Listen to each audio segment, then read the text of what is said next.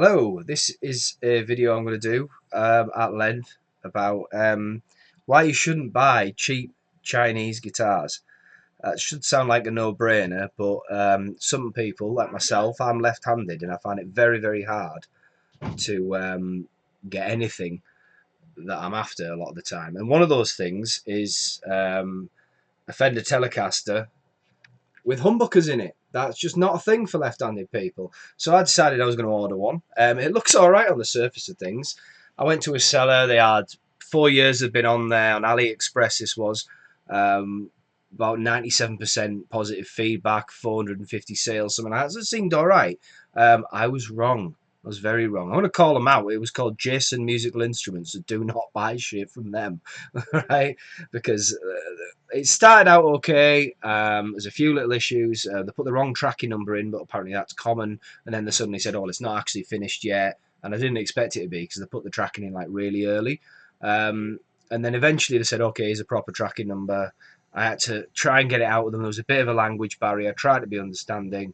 Eventually it arrived, and at first I was like, "Okay." There's a few things wrong with it, some flaws in the finish. It's not ideal, but let's see how it plays and let's see. And then I think a lot more issues came up after that. So I'm going to kind of go through the amazing amount of stuff that's wrong with this guitar. And hopefully what I'm going to try and do, a big project to try and make it playable. Now, first, see there, I wanted a burl top. And that's real, that's proper maple pearl. There's a few flaws in it, my finger there, there's like a hole in it. But from a distance, pretty nice. I wanted a flame maple neck. They, you can see too well on the video, but they did deliver there. And that has got a proper flame on the neck. Locking tuners, they're not amazing locking tuners, to be honest. They're not as good as the Vanson ones, or the cheap locking tuners I use that I find are really good. And they're very similar construction to these, but they just seem to be higher quality. I regret getting the Fender logo. It doesn't look very real anyway. It looks all right, but it's in the wrong sort of place. It's a lefty neck. The inlays were okay. I wanted the block inlays. They're pretty cool, and obviously I wanted dual humbuckers. But that's about where anything good about this guitar ends.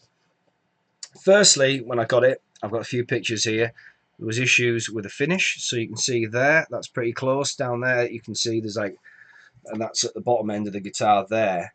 And you can actually see from a distance, you can notice that flaw. You know, it's like slightly wider on the binding. So, and there's a lot of other little flaws of the finish. Now, I wasn't too bothered about that. I thought, okay, that's a bit crappy, that one.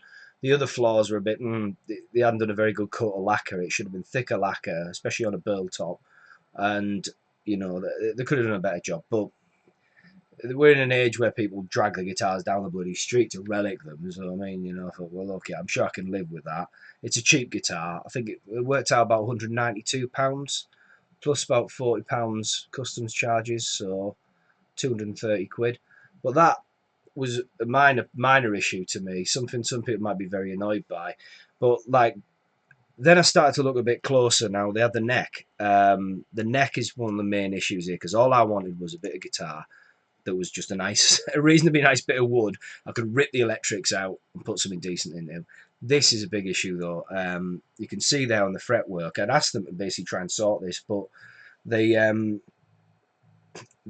what they've done is, when you've got a guitar that's got kind of a bound neck, you can take a tool that sort of like sands all the way down. And because it's a bound neck, you're only hitting the binding really, and you can smooth the binding off, and then you can smooth the frets off. They seem to have done that to a straight up maple neck, and they've taken the edges off. So you can see there on the picture that, you know, they've quite roughly sanded down the edge of the finish of the maple neck. The stains come off. And to be honest, they haven't done a very good job of the actual frets. They're not sharp. You're not going to cut your fingers on them sharp, but especially down this end here, they're not smooth either. So that's sort of like a big sort of like, you know, fret dressing job going on there. And I think the problem is as well, with it being quite rough along those edges, you're going to have to take the whole, I might actually take the whole finish off the back of the neck just to kind of scorched earth that. Now you've got a bit higher up, more issues there. So you've got the nut. The nut's terribly cut. You can see as well at the edge, it's not flush with the neck. After that, you can see what looks a little bit like a crack there next to the E string further around the neck. That's actually where it looks like they've tried to like do some sort of mini routing or something, and it's actually a scratch, which is good because it's better than a crack, but it's still obviously not very smooth. Your hand rests there quite a lot when you're playing. And there's another similar one on the bottom side of the neck. The nut is just not worth keeping. It's ridiculous. That's you know, that was probably going to get taken out anyway and replaced with something better, but still, it's terrible work. You can see actually it's with it not being straight either. The neck, the strings going all the way down to the bridge. You know, it's much closer to the edge of the fretboard at this end than it is there. It should be straight. Bit hard to illustrate there, but and then on this corner bit, you can see on the picture up there, somebody's obviously had paint or something on the side of the hand when they've picked it up or something like that or hung it, and they've got like there's a paint stain, so that's another issue. And then in where the truss rod cover is there as well, there's no cover, but where the truss rod goes, there's a bit of finish missing there, so they haven't done a very good job on that either. So that's the top end of the neck, and then you've got to get all the way down. Now we're gonna have more, there's more issues. So okay, it's not flush there where it meets, where it actually meets the neck pocket. It's a 22 fret neck, and normally a Telecaster's 21 fret. I think they've just taken a default guitar and tried to modify it and not done a very good job at all. So you can see there, it's just not flush. And it's not a major issue at first. You think, okay, well that's, you know, I didn't even really notice until I looked closer, because it doesn't hugely affect your playing there. In fact, if anything, you know, having these neck pockets smoothed off, like the three ones, will give you a bit better playability at the top end. But it's, you know, it wasn't a problem. But then I took the neck off, and then this became apparent that they'd really sort of like, look at that. And I mean, this is the problem here, is you can see that on the far right there, the hole that's been drilled for the edge of the neck is dangerously close to the edge. It's close at the top. It's dangerous. It's well offset. Now I've seen some Fender, actual real Fender vintage necks here, that have been a bit offset on the holes anyway. So it wouldn't normally bother me, but it's massively off there. It does seem solid. It seems like it does seem like it's staying on, but I'm a bit concerned about it now. I'm not sure. The neck does seem to be on straight. However, other bits aren't on straight.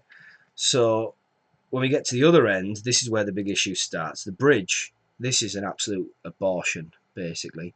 You can see there's a screw missing from the bottom in the centre here. There's a screw missing there. That was the first warning sign. You've also got the pick guard here around the edge. You can see how badly that's been cut. That's like wrong at different ends. And you've also got, it's just offset. It's not the right angle. You can see there when you compare it to the control plate, that's at a totally different angle to the bridge. They're not right. Both the control plate and the bridge are slightly off. That's kind of the big issue you've got there. They both need realigning. That's easy to do. That's not so easy to do. And I'm going to show you why in a minute. The other thing we look at the scratch plate, with it being quite badly cut, there's another bit here at the edge of the control plate, if I can find it, there. So that's not amazingly well cut. I don't know if you can see very well, but it's not. I mean, I did one by hand a while back. I had to edit a control plate, so to speak. I had to sand it a bit. And mine fits way better on my cheap Revelation than this one does from the factory. Okay, so I started looking at the neck pickup. The neck pickup also has issues with it. Now you can see there, it's quite a close-up. It's hard to tell, but it's not very well seated. You can see the strings aren't aligned. That's a symptom of possibly a bigger issue with the bridge being at a funny angle. I think it's actually the angle of the bridge is the problem. The scale length seems okay. I need to measure it more precisely and get that right. But you can see there's a big massive hole along here. It looks like they've cut it by hand, rather than using a template or any kind of, you know, it's just wonky. You can't really see very well on the picture there, but at the bottom side of that picture there's like a bit of a, it just looks sloppy as hell. It's a really bad job there. And here's the thing, this is the finale. I thought, okay, it's got a lot of problems, things I can probably fix, probably here's a little project. It's a bit of a bad investment. Well, it's a hugely bad investment. Let's have a look under the pick guard. Let's have a look under the bridge. Let's see what we can do. Because I have realigned stuff like this on guitars before, on cheap guitars.